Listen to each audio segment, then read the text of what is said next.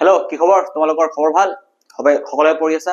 সবাই ভালকে পঢ়ি থাকিবা আৰু পঢ়া শুনাৰ বাহিৰে এইটো ইয়াৰত একো কৰিব দৰকাৰ নাই। জাস্ট তোমালোকে ক্লাছ 10ত পঢ়ি আছা, ফাইনেল ইয়াৰ হয়, কষ্ট বেছিকৈ কৰিব লাগিব।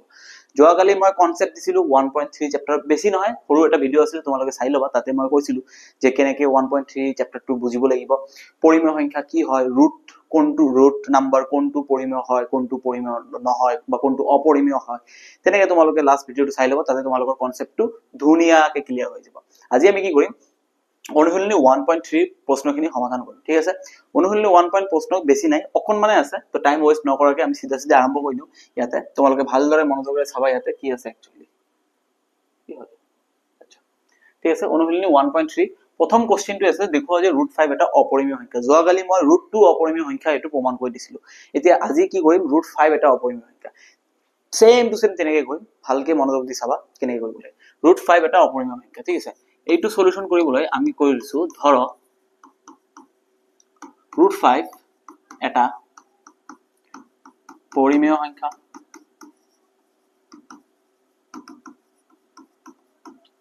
√5 এটা পৰিমেয় সংখ্যা, ক্লিয়াৰ হৈছে? এতিয়া √5 যদি এটা পৰিমেয় সংখ্যা হয়, তেনেহলে আমি জানো পৰিমেয় সংখ্যাবোৰক আমি p/q আকাৰত লিখিব পাৰো। এতেকে √5ক আমি কি লিখিব পাৰিম, p/q আকাৰত লিখিব পাৰিম। অবভিয়াসলি, কাৰণ যিবোৰ সংখ্যা পৰিমেয় বুলি কয় তাক আমি p/q আকাৰত লিখিব পাৰো।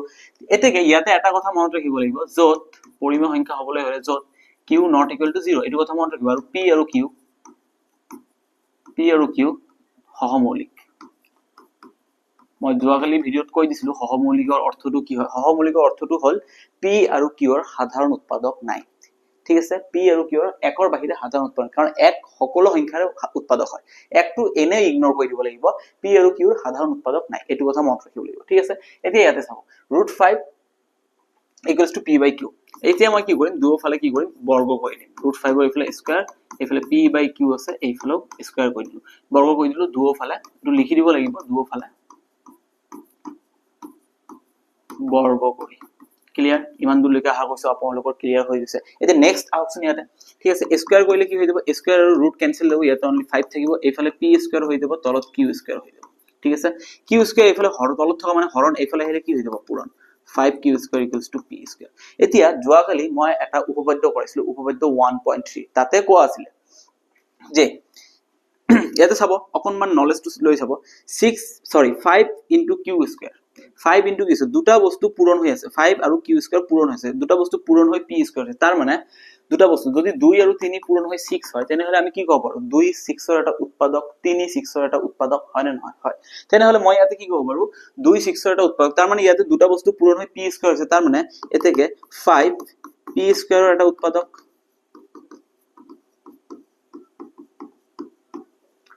অবভিয়াসলি হ'ব। কিন্তু উপপাদ্য 1.3 আমাক কি কৈছিলে, যদি কোনো এটা মৌলিক সংখ্যা কোনো এটা বৰ্গ সংখ্যাৰ উৎপাদক হয়, তেনেহলে সেই মৌলিক সংখ্যাটো সেই সংখ্যাটোৰ উৎপাদক হ'ব। 1.3 এইটোৱে কৈছিল ন, যদি কোনো এটা মৌলিক সংখ্যা, যদি কোনো এটা বৰ্গ সংখ্যাৰ উৎপাদক হয়, p স্কয়াৰৰ উৎপাদক হয়, তেনেহলে সেই মৌলিক সংখ্যাটো সেই সংখ্যাটোৰ উৎপাদক হ'ব। তাৰ মানে p, সেই সংখ্যাটো p ইয়াৰ উৎপাদক হ'ব। তাৰ মানে মই ইয়াতে কি ক'ব পাৰো, 5 p ৰ এটা উৎপাদক হ'ব।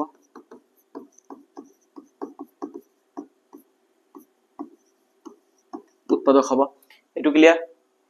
কিয় এইটো কেনেকৈ পালো, উপপাদ্য 1.3 আমাক এইটো কথা কয়। ঠিক আছে, এইটো মই 1 নম্বৰ মাৰ্ক কৰি থৈ দিছো। ঠিক আছে, এতিয়া আকৌ আমি যেতিয়া কৰিম, এতিয়া নেক্সট আকৌ কি কৰিম, আপোনালোকে জানে, যদি মই কওঁ যে 2 18 ৰ এটা উৎপাদক, তেনেহলে আপোনালোকে কওকচোন, যদি 2 18 ৰ এটা উৎপাদক হয়, তাৰ মানে 2 যদি 18 ৰ এটা, 2 ৰ লগত কিবা এটা বস্তু পূৰণ হলে 18 হ'ব। কিবা এটা বস্তু পূৰণ কৰিব লাগিব ন, 2 9 গুণ 18, তাৰ মানে 2 ৰ লগত কিবা এটা বস্তু পূৰণ হৈ থাকিব। ঠিক তেনেকে এতিয়া ইয়াতে আহক, সেম বস্তুটো, যদি 5p ৰ এটা উৎপাদক হয়, তেনেহলে আকৌ 5 into something equals to p হ'ব। 5 ৰ লগত কিবা এটা বস্তু পূৰণ কৰিলে p আহিব, কাৰণ উৎপাদক হয়, উৎপাদকৰ লগত কিবা এটা বস্তু পূৰণ কৰিলে p আহিব।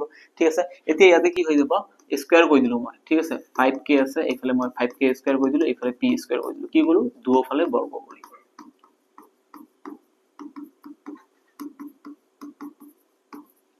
দুয়োফালে বৰ্গ কৰি। ঠিক আছে, ঠিক আছে, ঠিক আছে, একো আপত্তি নাই এতিয়ালৈকে, ইমান দূৰলৈকে কোনো আপত্তি নাই। এতিয়া দুয়োফালে বৰ্গ কৰি, এতিয়া ইয়াতে বৰ্গ কৰিলে কি হৈ যাব, 5 স্কয়ার 25 হৈ যাব k স্কয়ার হৈ যাব p স্কয়ার থাকিব একো আপত্তি আছে জানো নাই ঠিক আছে এতিয়া আপোনালোকে বিনা টেনচনত ইয়াতে আহক ঠিক আছে p স্কয়াৰৰ ভ্যালু কিমান মই ইয়াতে চাইছো p স্কয়াৰ মানে 5q স্কয়াৰ তেনহলে p স্কয়াৰ ঠাইত মই 5q স্কয়াৰ লিখি দিব পাৰো এটো কৰ পৰা পালো 1 ৰ পৰা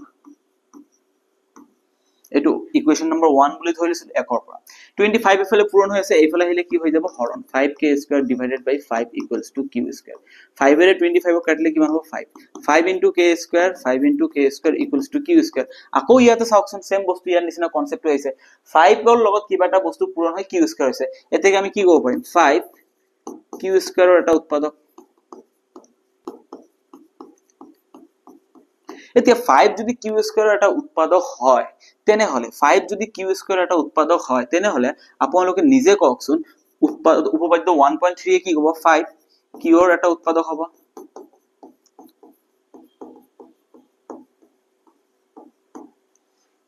q ৰ এটা উৎপাদক হ'ব এতিয়া আমি ইয়াতে চাব পাইছো মই ইয়াতে কৈছো যে p আৰু q সহমৌলিক মানে ইহতৰ কমন মানে সাধাৰণ কোনো উৎপাদক নাই কিন্তু মই ইয়াতে চাব পাইলো 5p ৰ এটা উৎপাদক 5q ৰ এটা উৎপাদক 5 দুৰে উৎপাদক হ'ল p আৰু q দুৰে উৎপাদক হৈ গল তেনেহলে মই ইয়াতে কি লিখিব পাৰো ইয়াত 5p আৰু q দুৰে সাধারণ উৎপাদক মানে মিল আছে সাধারণ উৎপাদক হয় না নহয় হয় কিন্তু আমি কৈছিল যে উৎপাদক নাই সহমৌলিক বুলি কৈছিল তাৰ মানে আমি ধৰি লও কথাহাৰ ভুল বুলি ওলাইছে ইয়াতেকে গতিকে আমি ধৰি লোৱা কথাহাৰ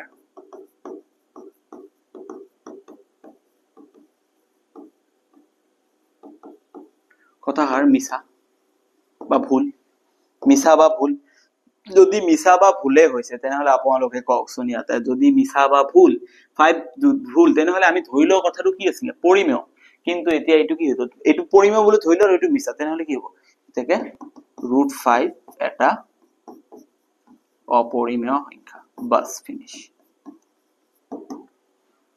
প্ৰুভ হৈ গল কিমান ধুনিয়াকে ইজিকে লাহেকে আহা কৈছো তোমালোকে বুজি পাইছা ধুনিয়া প্ৰশ্ন আছিল এনেকা প্ৰশ্ন পৰীক্ষাত দেখা দিয়ে ইয়াতে √5 আছে পৰীক্ষাত √2 দিব পাৰে √3 দিব পাৰে √5 দিব পাৰে √7 দিব পাৰে এই চাৰিটাৰ বাহিৰত নিদিয়ে এই চাৰিটাই দিব ৰেডি হৈ থাকিবা হাজু হৈ থাকিবা পৰীক্ষাত আহিলে ডাইৰেক্ট কৈ দিব পাৰিবা একেবাৰে ইজি কনসেপ্টটো বুজি পাইছা ঠিক আছে কনসেপ্ট বুজিব লাগিব কনসেপ্ট নুবুজাকে প্ৰশ্ন কৰিব নোৱাৰা 2 নম্বৰ প্ৰশ্নটো ইয়াতে কি দিয়া আছে চাব ইয়াতে দেখুৱা যে 3 + 2 √5 অপৰিমেয় ঠিক আছে সলিউশন ধৰো সেম বস্তু কেনেকৈ কৰিম ধৰো 3 + √5 3 + 2 √5 ইকুৱেলস এটা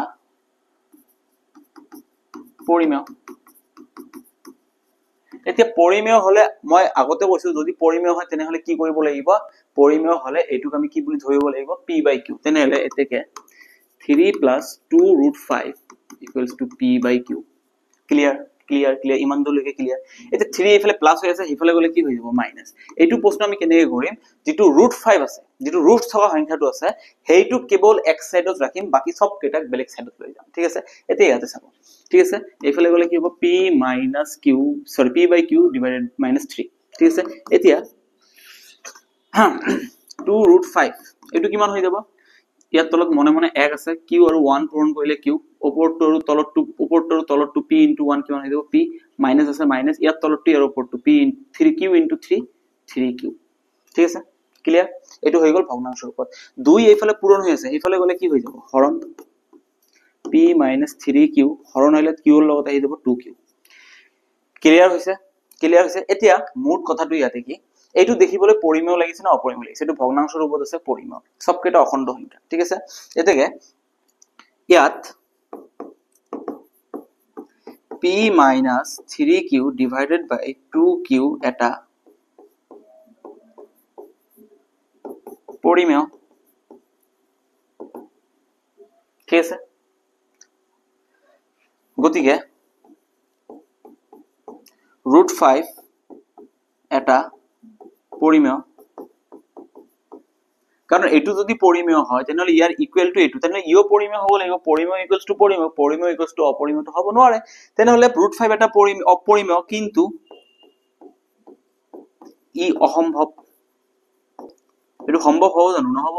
গতিকে আমি জানো পৰিমেয় কিন্তু ই অসম্ভৱ, কাৰণ ইয়াতে লিখি দিব কাৰণ √5 কি এটা অপৰিমেয়, সেইটো অসম্ভৱ। পৰিমেয় কিন্তু √5 এটা অপৰিমেয়, পৰিমেয় বুলি কৈছো কিন্তু এইটো অসম্ভৱ, কাৰণ মানে √5 এটা অপৰিমেয়। গতিকে যদি এইটো অপৰিমেয় হয় তেনেহলে ধৰি লোৱা কথাটো কি হৈ যাব, গতিকে 3 + 2√5 কি হ'ব, এটা অপৰিমেয়। ফিনিশ। ইমান সৰু ম্যাথমেটিক্সটো ইজিলি আপোনালোকে কৰি দিব পাৰিব, ইমান এটা টান নহয়, বাস বিন্দাস আপোনালোকে কৰি দিব পাৰিব, ইয়াতকে বাহিৰত আৰু একো নাই।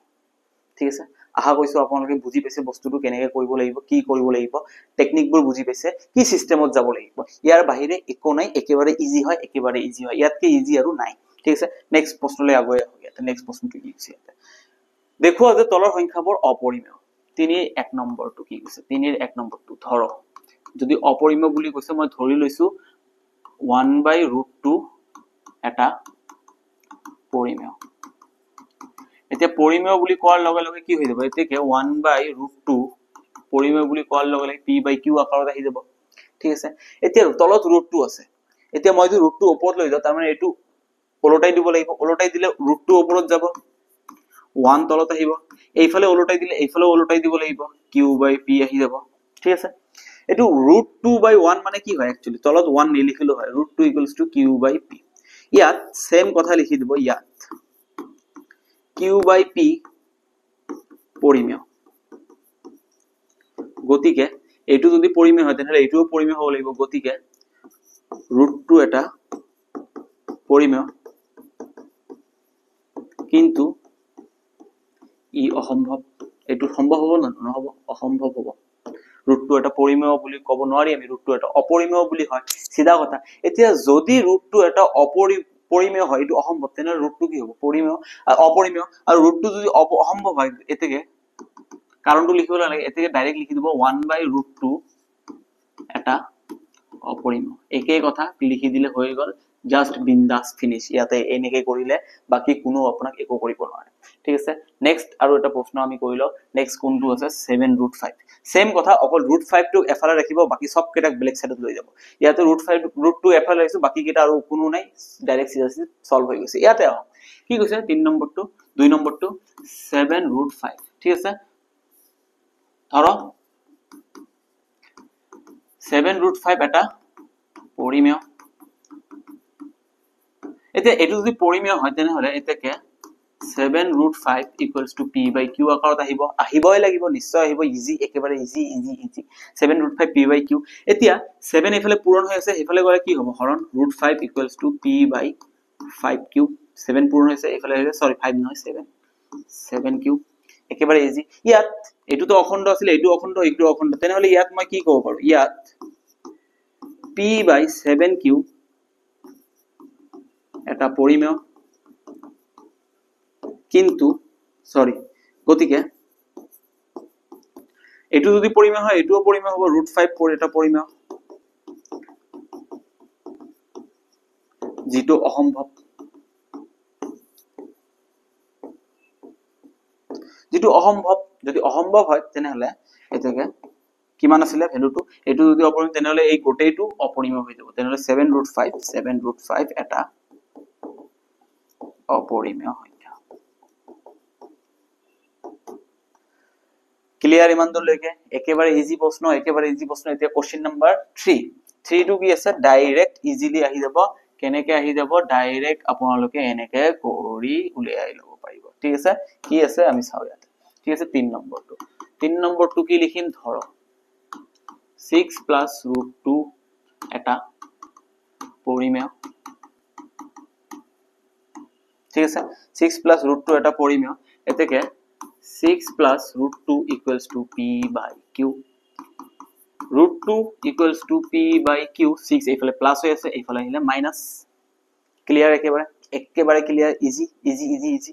ঠিক আছে, এতিয়া ইয়াতে কি আছে 6 ৰ তলত মনে মনে 1 আছে তেনেহলে q * 1 কিমান হৈ যাব q p * 1 কিমান হৈ যাব p মাইনাস আছে মাইনাস 6 * q কিমান হৈ যাব 6q ঠিক আছে একেবাৰে ইজি এতিয়া আপোনালোকে ইয়াতে হক √2 এতিয়া মই ইয়াতে কি কৰিব সেম বস্তু যেটো মই বাৰবাৰ লিখি আছো এই বস্তুটোই মই বাৰবাৰ লিখিব লাগিব ইয়াত p - 6q / q এটো p / q আকাৰত আছে সবকেটা অখণ্ড আছিল এটা পৰিমেয়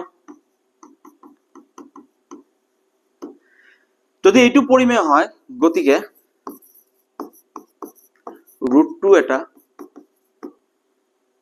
পৰিমেয় হ'ব লাগিব পৰিমেয় = পৰিমেয় বাৰবাৰ কৈ আছো যেটো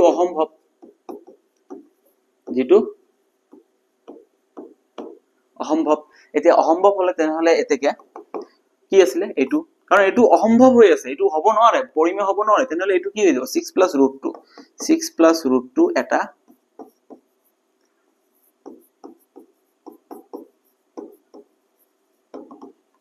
সিধা কথা একেবাৰে ইজি আহা কৈছো আপোনালোকে বস্তুটো বুজি গৈছে এনেকে কৰিলে বিন্দাস আপোনালোকে বিন্দাস থাকিব পাৰিব এক্সামত আপোনালোকে ফালি দি আহিব পাৰিব জাস্ট সিস্টেম আপোনালোকে এনেকে কৰিব লাগিব আদাৰ্স আপোনালোকৰ ব্লেক একো কষ্ট কৰিব দৰকাৰ নাই বহুত ইজি হয় আপোনালোকক যদি লাগে বহুত কঠিন আছে একেবাৰে কঠিন নহয় বহুত ইজি হয় তো ঠিক আছে আমি চালো 1.3 ত আমাৰ এইখিনিয়ে প্ৰশ্ন আছিল এতিয়া বাকি থাকিল আমাৰ 1.4 কৰিব যোৱাৰ আগত আমাৰ দুটা মান উপপাদ্য বাকি আছে এই উপপাদ্যটা ভালকে বুজিব লাগিব তাৰ পিছতহে আমি 1.4 লৈ আগুৱাই যাব পাৰিম নেক্সট ক্লাছত আমি 1.4 ৰ কনসেপ্ট খিনি বুজিলাম যে 1.4 ৰ ভিতৰত একচুয়ালি কি কনসেপ্ট লুকুৱাই আছে ঠিক আছে আহা গৈছে আপোনালোকৰ ভিডিওটো ভাল লাগিছে নিজৰ ফ্ৰেণ্ডছৰ লগত শেয়াৰ কৰিব নেপাহৰিব লগতে ভিডিওটো লাইক কৰিব কমেন্ট কৰিব আৰু লগতে কি কৰিব কওকচোন যদি কিবা অসুবিধা হৈ থাকে তেনেহলে নিশ্চয় মোক জনাব স্যাৰ মোৰ এটো অসুবিধা হৈছে ভাইয়া মোৰ এটো অসুবিধা হৈছে মই সদায় আপোনালোকক হেল্প কৰিবলৈ আগুৱাই থাকিম আজিৰ কাৰণে এইখিনিত তেতিয়ালৈকে তোমালোকে পঢ়ি থাকা বিন্দাস মস্তি কৰি থাকা আৰু ভালকে ৰিজাল্ট কৰিবলৈ টাৰ্গেট লৈ থাকা ফোকাস থাকা হাৰ্ড ওয়াৰ্ক কৰা tata bye bye good night love you all